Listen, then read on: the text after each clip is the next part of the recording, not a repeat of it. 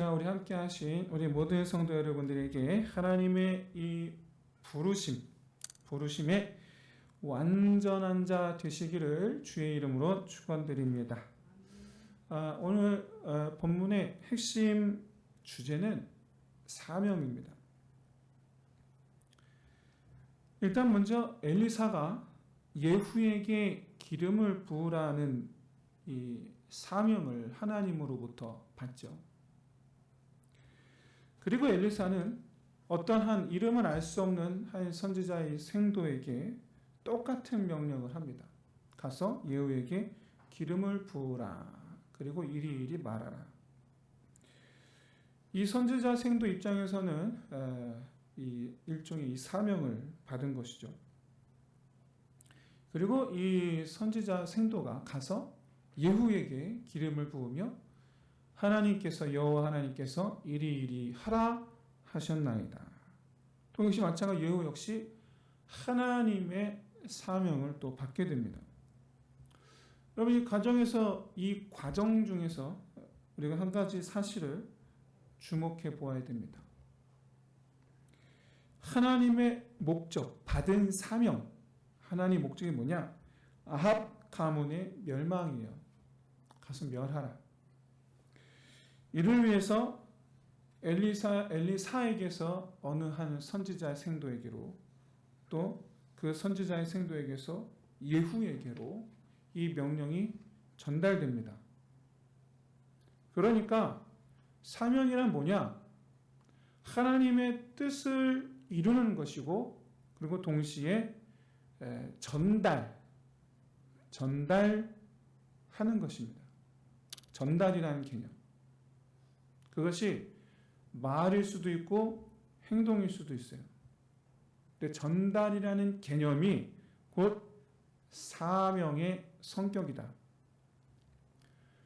여러분 전달이 제대로 되기 위해서 그러니까 사명을 온전히 감당하기 위해서는 그 하나님의 전하신 말씀 또는 하나님의 계획 여기에 자기의 생각이나 자의적인 해석이 일절 들어가지 않아야 합니다. 이것을 알 수 있는 것이 엘리사가 선지자 생도에게 이렇게 말하죠. 오늘 읽진 않았지만 앞에 있는 내용입니다. 너는 가서 예후에게 기름을 붓고 그 다음 지체치 말고 도망가라. 표현은 도망가라는데 떠나라는 겁니다. 기름을 붓고 할 말을 한 이후에 즉시 떠나라. 무슨 얘기냐? 그러고 나서 예후에게 여러분 생각해 보십시오. 예후 입장에서 난데없이 아무 생각이 없었는데 갑자기 와서 여호와께서 당신에게 기름 부으라 하셨소. 그러고 난 다음에 이제 당신이 왕이요. 여기 정말 난데없는 얘기거든요. 전혀 생각도 없었던 얘기거든요. 얼마나 궁금한 게 많겠습니까? 그래서 예후에게 붙잡혀서 이것저것 예후가 물어볼 기회를 주지 말라는 거예요. 왜 그렇습니까? 거기에 대답을 하다 보면 붙잡혀서 대답을 하다 보면 이 선지자의 생도 본인이 나름 자기 생각을 덧붙여 말할 가능성이 있다라는 거죠. 여러분 예후가 물어볼 만한 말이 얼마나 많습니까? 내가 아합의 손자, 즉 현재 이스라엘의 왕 요람. 그러면 내가 요람을 언제 쳐야 되느냐? 하나님께 나를 왕 삼으셨다는 얘기는 내가 반역을 일으키라는 건데 과연 누가 이 일에 내 편이 되어주겠느냐? 내가 왕이 되면 그러면 그 다음에 내가 뭐 해야 되느냐? 다짜고짜 와서 기름 부으면서 왕으로 삼으셨습니다.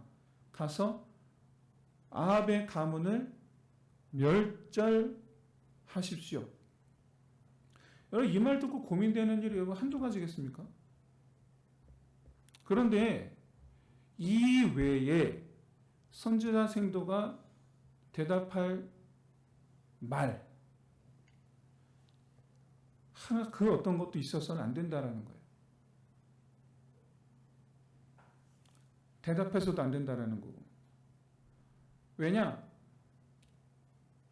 들은 바가 없으니까. 간단합니다. 들은 바가 없으니까. 여러분, 하나님께 부름받은 사람은 그저 전달하는 일을 하는 것 뿐입니다. 전달자예요.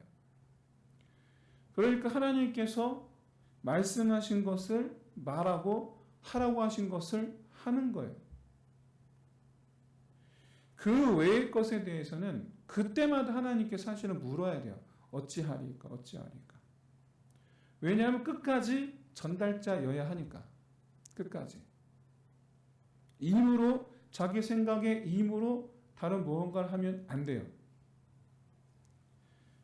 그래서 엘리사는 선지자 생도에게 도망가라고 한 겁니다. 그런데 예후가 어떤 인물인가에 대해서 성경에서는 일절 언급하고 있질 않죠. 그에 대한 사전 지식을 얻을 수가 없어요. 그가 어떤 인물인지, 그가 신앙적인 사람인지 아닌지 일절 알 수가 없어요. 그런데 놀랍게도 이 하나님의 기름 부으심을 받은 예후가 전달자로서의 사명을 온전하게 감당하는 것을 이제 이후로 우리는 보게 됩니다.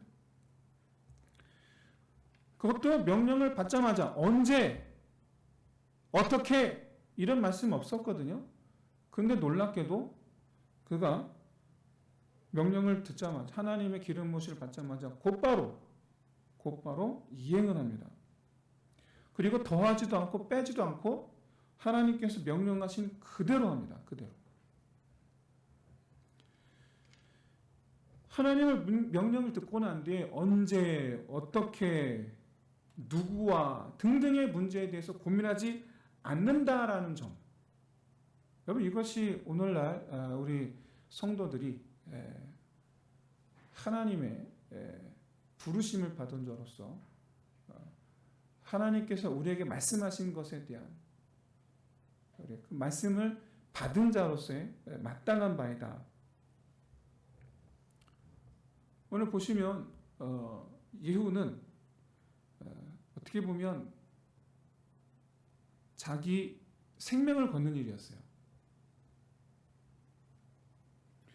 함께한 장군들에게 하나님의 명령을 받은 말씀을 그대로 전달을 하고 그들과 함께 곧바로 이스르엘, 이때 당시 수도예요. 북이스라엘이 수도로 쳐들어갑니다. 근데 사실 지금 현재 상황이 아람이라는 위에 강대국과 지금 싸움 중이에요. 사실은. 서로 지금 전쟁 중이에요. 그런데 아람 군대는 지금 마주하고 있는 아람 군대는 신경도 안 쓰고 이스라엘로 가는 겁니다. 신경도 안 써요.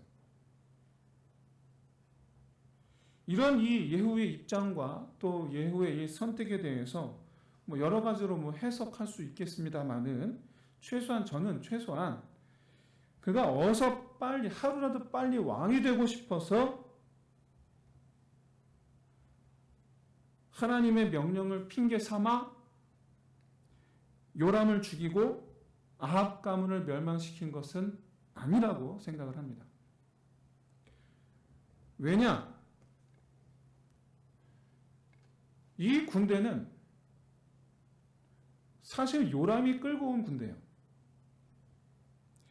함께한 장군들 가운데 한 사람이라도 요람에게 충성하는 사람이 있었다라고 한다면 예후가 말하자마자 그 자리에서 사단이 나도 크게 나겠죠. 어쩌면 그 가운데 이 예후의 이 반역을 가서 자기의 이 출세로 기회로 삼아서 가서 요람에게 알리는 사람이 있을 수도 있지 않겠습니까? 그런데 그가 장군들에게 있는 그대로 말한 것은 다름이 아니라 그냥 오직 한 가지. 하나님께서 명령하셨기 때문이에요. 그거 하나예요. 그거 하나. 왜? 하나님께서 명령하셨다면 하나님께서 그렇게 되게 만들 것이기 때문에 그렇습니다. 이것은 하나님께서 모세에게 말씀하신 것과 똑같습니다. 모세는 하나님께서 가서 바로에게 이스라엘 백성을 끌고 가나안 땅으로 가겠다. 데리고 나가게 해달라라고 전하라라고 했을 때 그는 많은 생각을 했습니다. 과연 바로가 나를 가만두겠느냐. 그리고 백성들이 나를 과연 믿어주겠느냐. 그리고 과연 내가 그렇게 말한다고 해서 바로가 풀어주지 않으면 내가 할 수 있는 게 아무것도 없는데 내가 가서 뭘 어떻게 하겠느냐. 기타 등등의 6가지 이유를 댑니다. 근데 그때마다 하나님께서 모세에게 친절하게 얘기를 해주시고 결국에 급기야 하나님께서 노를 바라시고 6번의 거절 끝에 난 이래서 못합니다. 저래서 못합니다. 그 끝에 쫓겨나듯이 바울에게 갑니다. 그러나 이후로 모세가 보여주는 모습은 제가 알고 여러분이 알다시피 일절 망설임이 없는 모습으로 그리고 가나안 땅에 광야에 들어가까지 40년 동안 한 번도 그는 하나님의 명령을 어긴 적이 없고 의심한 적이 없고 말씀하시면 그대로 합니다. 왜? 알았기 때문이에요.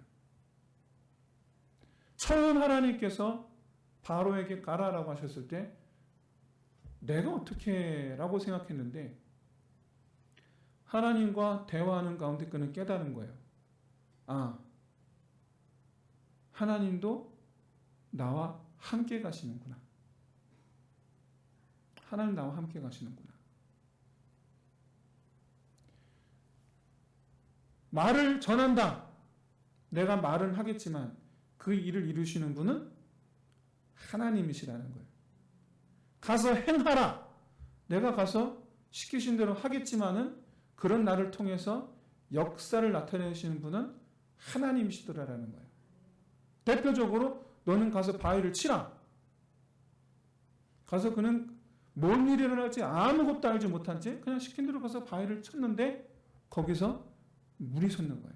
놀랍게도 여러분 모세는 가서 바위를 치기 전까지 지팡이로 바위를 치기 전까지 어떤 일이 일어날지 사실 모세도 몰랐어요. 사실은 모세도 몰랐어요. 오늘 예후가 보여주는 모습이 어떤 모습이냐면 과연 저 장군들 저들이 내 말을 듣고 과연 내 편을 들어줄까? 그리고 과연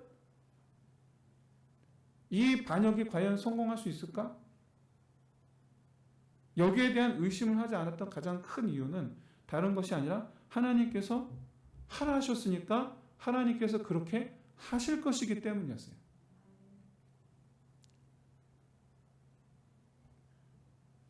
아시다시피 걱정할 만한 일이 하나도 일어나지 않습니다.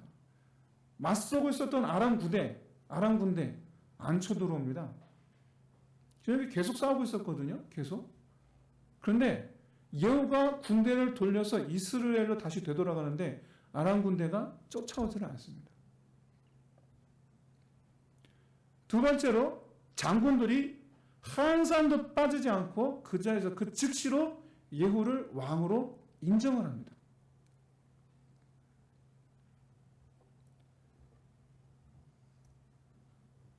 하나님은 엘리사에게 명령하셔서 아람의 신하였던 하사엘에게 기름을 부어서 아람의 왕이 되게 하셨습니다.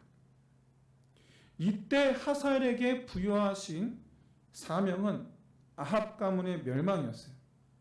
하나님은 과거 엘리야가 아합의 아내 엘리사에게 쫓길 때에 가서 엘리사에게 기름을 부어 선지자로 삼고 엘리사가 가서 하사엘에게 기름을 부어 아람의 왕으로 삼고 예후에게 기름을 부어 이스라엘의 왕이 되게 하여서 장차 하사엘의 칼을 피하면 그 피한 자는 예후에게 죽으리라 라고 과거 예언하셨어요. 근데 여러분 이게 최소 여러분 15년 전이에요. 이게 최근의 일이 아니고 15년에서 20년 사이. 여러분 15년 전이면 하사엘과 예후는 각기 이스라엘과 아람에서 어떤 중요한 직책을 맡은 상태였겠느냐? 아니죠. 아니에요. 여러분 설마 뭐 예후가 이때 이미 15년 전부터 이미 장군이었겠습니까? 아니에요. 어쩌면 아무것도 아니었을 수도 있어요. 어쩌면 이제 막 신하가 되어서 이제 막 관리가 되어서 왕이 제대로 알지도 못하는 그런 말단 신하들 가운데 말단 관리 가운데 한 명이었을 뿐이에요. 사랑하는 성도 여러분, 하나님의 계획은 반드시 이루어질 줄로 믿습니다. 내가 하나님을 알지 못하던 때에 하나님은 나를 목사로 세우기로 이미 작정하신 줄로 믿습니다. 내가 하나님을 믿지 아니하던 때에 하나님은 이미 나를 어떤 교회의 집사로, 권사로, 장로로 세우실 계획을 이미 갖고 계신 줄로 믿습니다. 내가 하나님을 제대로 알지도 않던 때에 하나님의 뜻이 뭔지도 모르던 때에 교회라고는 다녀본 적도 한 번도 없던 때에 하나님은 나를 주일학교 교사로 찬양팀 반주자로 하나님을 노래하는 자 찬양팀으로 세우실 줄로 이미 계획을 하신 줄로 믿습니다. 사랑하는 성도 여러분, 하사엘과 예후가 알았겠어요? 하나님의 최초 엘리야에게 말씀하셨던 그때가 다시 말씀드리지만 15년에서 20년 전에 정확히 알 수는 없지만 그때 예후하고 하사엘은 아람에서 이스라엘에서 아무것도 아닌 자였어요. 아무것도 아닌 자.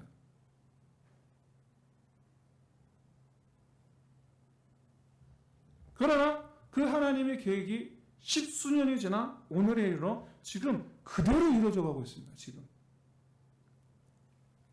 오늘 본문의 9장의 바로 앞절, 8장의 마지막 절, 8장 29절인데 8장의 마지막 절이 8장 29절인데 29절을 보시면 아합의 손자 이 요람 왕이 하사엘과 싸우기 위하여 아람 군대와 싸우기 위하여 출진을 했다가 그만 싸우다가 부상을 당해서 이스라엘로 자기만 돌아옵니다. 이때 이 아람 군대를 막기 위해서 군대를 남겨놓았는데 이 남겨놓은 군대의 총책임자로 예후를 세워놨던 거예요. 원래 이 군대는 요람이 데리고 온 군대였고 이 지휘관들은 당연히 예후의 신복들이었어요. 그래서 오늘 본문에서 예후가 그들에게 오늘 성경에서 그들에게 말합니다. 너희 주인의 신복들에게 이르되 11절이죠. 예후가 주인의 신복들에게 이르되 그러니까 이들은 사실은 요람이 가장 믿는 이들이었던 거예요. 이들은. 그런데도 불구하고 지휘관들에게 이들에게 예후의 신복들에게 요람의 신복들에게 예후는 하나님께 들은 말씀 그대로 말합니다. 하나님께서 나를 왕으로 삼는데더라. 왕으로 삼으셨다. 이 한마디는 내가 죽느냐 사느냐 갈림길이에요. 내가 이 자리에서 죽느냐 사느냐. 그런데 이 말을 성경에 기록된 대로 보면 일말의 고민도 없이 그야말로 자연스러운 대화의 한 흐름 가운데 툭 던지듯이 당황스러울 정도로 편안하게 말합니다. 여러분, 내가 그 자리에 있던 장군이라면 여러분 어떻게 하시겠습니까? 우리 같았으면 일단 당황하죠. 얼마나 당황스럽겠어요. 정말 그 짧은 차례의 순간 정말 많은 생각, 고민이 지나가지 않겠어요? 난 어떻게 해야 되지, 지금?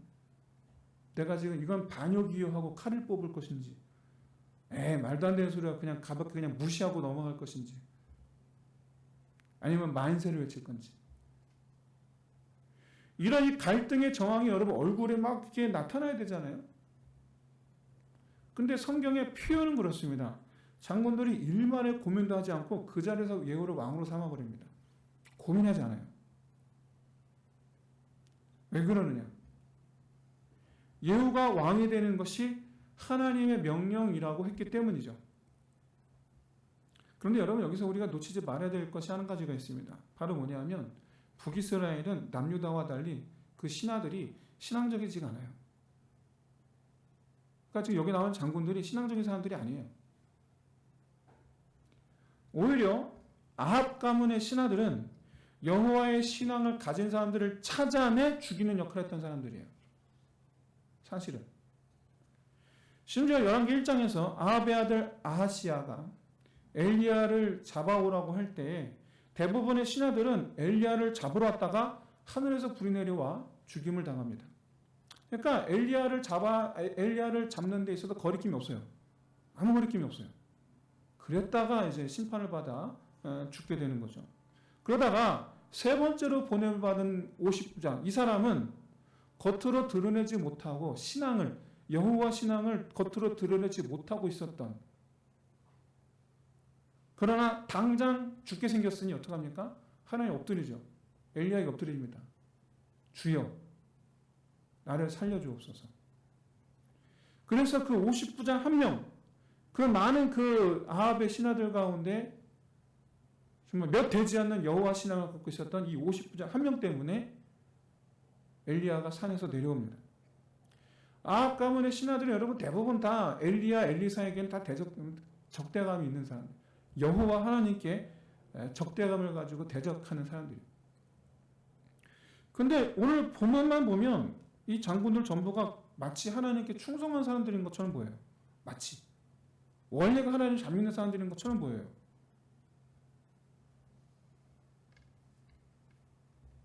왜 그러느냐? 원래 이들은 이 군인들이, 장군들이 요람 왕에게 실망하고 있었다 라는 것을 알게 해주는 거예요. 오히려 거꾸로. 이들이 하나님께 충성했던 이들이 아니라 요람에게 실망하고 있었다라는 걸 알 수가 있어요. 8장 29절만 보면 여러분 전쟁 중에 요람이 굉장히 큰 중상을 입어서 다시 본인이 수도로 돌아간 것, 왕궁으로 돌아간 것처럼 보이는데 열왕기하 9장 21절 보시면 여호와 귀환하죠? 이때만 해도 전쟁을 승리를 이끌고 귀환하는 줄 알았어요. 그래서 어떻게 하느냐? 요람이 병거를 타고 맞이하러 마중 나옵니다. 9장 21절을 보시면. 그러니까 실제로는 금방 회복하는 가벼운 부상을 입었던 거예요. 사실은 요람이. 그거 조금 다쳤다고 자기는 집으로 간 거예요. 그거 조금 다쳤다고. 이뿐만 아니라 우리가 알지 못한 여러 가지 사건들이 있었겠죠. 어쨌든 이 요람의 군대의 장군들은 실망하고 있었고 자기들이 이끌어갈 지휘자, 아마도 성경에 기록되지는 않았지만 예후가 이 지휘자로서의 어떤 이 모범적인 모습을 보여줬겠죠. 그러니까 이 장군들이 즉시로 이 예후를 왕으로 삼았던 것은 신앙 때문이 아니고 그 나름대로 어떤 그런 사정 때문이었던 거예요. 근데 여러분 우리가 이 부분에 대해서 더 주의 깊게 살펴봐야 될 것. 우리가 사명받은 자로서 내가 어떻게 할 것인가에 대해서 좀 더 깊이 생각해 봐야 될 부분이 바로 그렇기 때문에 더 하나님께 우리가 하나님 믿는 믿음으로 나아가야 되겠다. 왜 그렇습니까? 이 기가 막힌 타이밍이죠. 장군들이 요람 왕에게 실망해 있던 때, 그 기가 막힌 그 타이밍, 이 타이밍을 조율하신 분이 누굽니까? 하나님이시라는 거예요. 지금 가라는 거예요. 지금 가라. 여러분, 하나님은 신앙이 있는 사람이나 없는 사람이나 하나님의 뜻을 이루기 위해서 모든 것이 합력하여 선을 이루게 하시듯이 믿는 사람이나 안 믿는 사람이나 하나님의 뜻을 이루기 위하여 사용하시는 하나님이신 줄로 믿습니다. 모세는요, 바울이 움직이겠느냐 생각했어요. 바울이 과연 마음을 바꾸겠느냐? 놀랍게도 성경 계속해서 말씀하세요. 하나님께서 바울의 마음을 강팍하게 하셨다고. 바울이 스스로 강팍한 게 아니에요. 바울이 스스로 난 못 보내, 스스로가 이 마음이 딱딱했던 게 아니고 하나님께서 그 마음을 딱딱하게 하셨던 거예요. 왜? 마지막 10번째 재앙을 일으키기 위해서. 마지막으로.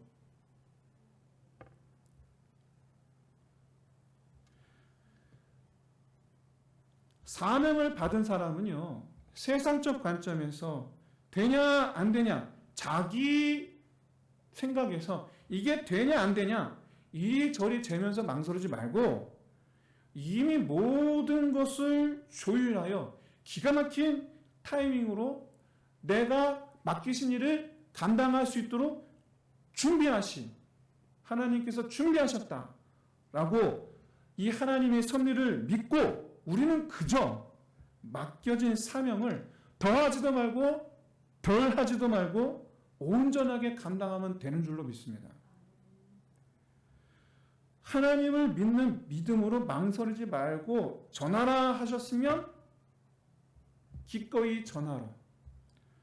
행하라 하셨으면 기꺼이 행하라. 세우라 하셨으면 기꺼이 세우라. 나아가는 저와 여러분 되시기를 주의 이름으로 축원드립니다. 하나님께서 사명자를 세우실 때에는 여러분 어느 날 갑자기 부르세요. 성경을 봐도 아무리 살펴보아도 그 어떤 것도 하나님께서 친절하게 언제 어떻게 부르겠다라고 예고하신 적이 한 곳도 없어요. 한 곳도 없어요. 그렇다고 해서 하나님께서 사명자로 세우시기 위해서 그 사람을 가르치시고 준비시키신 적도 없어요. 그 어디에도 없어요.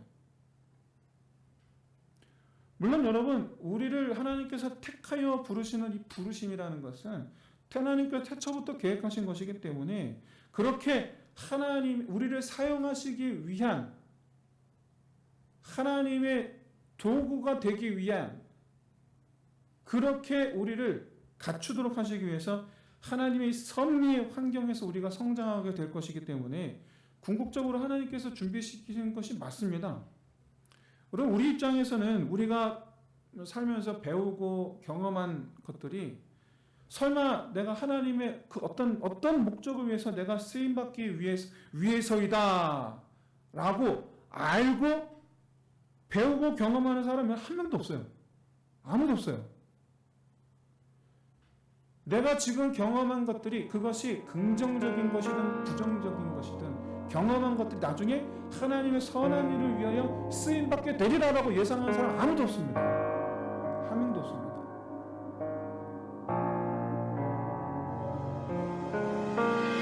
우리 입장에서는 그저 어느 날 갑자기 부르시는 거예요. 갑자기. 나이도 상관이 없어요. 하나님의 부르심은 늘 급작스럽고 그렇기 때문에 여러분 하나님의 부르심을 기다리는 사람도 여러분 아무도 없습니다. 아무도 없어요. 누군가가 어떤 선교사님 사역지를 기다리시는데 그것도 부르심을 기다리는 거 아닙니까? 라고 하실지도 모르겠습니다만 이미 여러분 그분은 선교사로 부르심을 받아서 거기 서 있는 거잖아요. 이미. 그냥 해당되지 않는 얘기죠. 그런 얘기는. 그러면 대부분의 성도들은 그저 그냥 열심히 사회생활하고 자기 가정 돌보고 그냥 남들과 똑같이 그냥 그렇게 살아갑니다. 그러다가 어느 날 갑자기 하나님께서 시키시는 일을 만나게 됩니다. 오늘 본문의 선지 생도처럼 가서 예후에게 기름을 붓는 일, 잠깐 하는 그런 종류의 일, 그런 거를 할 수도 있을 수 있죠. 예를 들어 갑자기 찾아온 전도의 기회. 하나님께서 이 사람에게 지금 내가 복음을 전하라고 하시는구나. 그렇죠? 이렇게 갑자기 이렇게 좀 단편적인 일들. 그런데 여러분 예후처럼 평생에 해야 할 일로 주어지는 종류의 일도 있습니다. 평생에. 예를 들어 교회 봉사가 그렇지 않습니까? 교회 봉사가 그렇고 또 어떤 새로운 어떤 이 평생 직업을 갖게 되는 생각지도 못한 어떤 평생 직업을 갖게 되는 경우도 있습니다. 카이스트에서 연구원으로 일하다가 물리학을 좀 더 공부해야 되겠다. 미국에 유학을 갔는데 유학을 간 거기서 나간 교회에서 믿는 분이니까 자기 유학하러 공부하러 왔는데 주긴 어쨌든 예배는 드려야 되니까 그 교회 갔는데 거기서 찬양사역자가 되어서 지금은 목사가 되어서 찬양사역을 하고 있는 어떤 분의 이야기가 있어요. 자기는 원래 물리학자로 살았는데 어려서부터 구두 닦기로 살다가 어느 날 백화점의 사장이 되어서 거기서 버는 돈으로 미국의 필라델피아의 최대 규모의 주일학교, 베다니 주일학교를 세우게 되고 그 주일학교가 3,000명이, 아이들만 3,000명이었다고 하죠. 그리고 인도의 YMCA를 창립한 여러분 너무 잘 아시는 워너메이커. 우리는 그렇게 어느 날 갑자기 부르심을 받습니다. 내가 그 일을 하게 될 줄 몰라요. 근데 여러분 잊지 말아야 할 것은 그때 우리가 해야 할 일은 오직 순종인 줄로 믿습니다. 하나님은 나를 일시키시려는 게 아니에요. 나를 고생시키시려는 게 아니에요. 나를 통해 하나님의 역사를 나타내시기 위함이에요. 정작 일하시는 분은 하나님이신 줄로 믿습니다. 여러분 워너메이커가 여러분 설마 주일학교 3,000명 자기가 다 끌어다 놓고 했겠습니까? 하나님께서 다 보내주신 것이지. 자기는 그저 이 일에 쓰임받고자 하나님께서 주신 것으로 그저 섬겼을 뿐인데 그 주일학교가 3,000명이 되는 거고 놀랍게도 미국의 초대 우편 장관이 되죠. 여러분 우리가 주어진 사명을 감당하는 것도 우리 지혜, 우리의 힘, 우리의 경험, 우리의 능력을 하는 것이 아니라 공급하여 주시는 지혜로, 공급하여 주시는 능력으로 감당하는 것인 줄로 믿습니다. 하나님의 능력을 나타내는 사람. 그게 여러분 그게 사명 받은 사람, 받은 사명을 행하는 사람이에요. 행하는 사람. 바라기는 정말 그렇게 하나님의 능력을 나타내는 사람 다 되시기를 주의 이름으로 축원드립니다. 하나님은 모든 성도들에게 공통적으로 맡기신 일이 있습니다. 모든 성도들에게 공통적으로. 그러니까 이미 주어진 거예요. 하나님을 믿는 순간부터 이미 주어지는 거예요. 그런데 이것을 깨닫기까지 참 오랜 시간이 걸려요. 오랜 시간이 걸리는데 그냥 시간이 걸리는 것뿐이지 사실은 이미 주어진 사명이에요. 그게 뭐냐?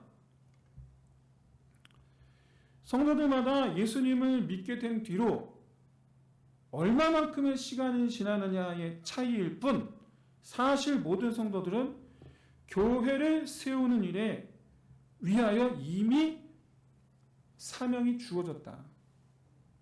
그리고 언젠가는 그 사명을 깨닫고 그 사명을 맡은 자가 되는 것이다. 근데 여러분 놀랍게도 사도행전을 비롯해서 고린도, 전후서, 빌립보서, 에베소서 등등 이 신약 성경을 보면 복음을 처음 들은 그 자리에서 예수를 처음 영접한 그 자리에서 하나님의 교회를 위하여 일어나는 수많은 성도들을 발견합니다. 사도 바울이 만났던 평생 동역자, 어느 한 이름 없는 강가에서 만난 루디아. 루디아는 처음 만난 바울 그 자리에서 평생 후원자가 됩니다. 이 모든 것이 다 성령의 감동케 하심의 은혜가 있을 때, 그리고 하나님의 그 만져주심이 있을 때, 그래서 정말 그야말로 하나님의 영에 사로잡힌 바 될 때 이러한 일이 일어나게 될 줄로 믿습니다. 그런 의미에서 정말 진실로 사명을 주시는, 가서 행하라라고 말씀하시는 이 하나님의 영에 감동케 하신 은혜가 함께하는 저와 여러분 되시기를 주의 이름으로 축원드립니다. 다시 말씀드리지만 교회를 세우라라고 하신 이 사명은 우리가 예수를 믿는 그 순간 이미 주어진 거예요. 이미 모든 성도들에게. 바라기는 이와 같은 하나님의 뜻과 계획에 무관한 자 되지 마시고 그 하나님의 꿈에 함께하는 자 되셔서 늘 항상 하나님의 능력에 마르지 않는 저와 여러분 되시기를 주의 이름으로 축원드립니다.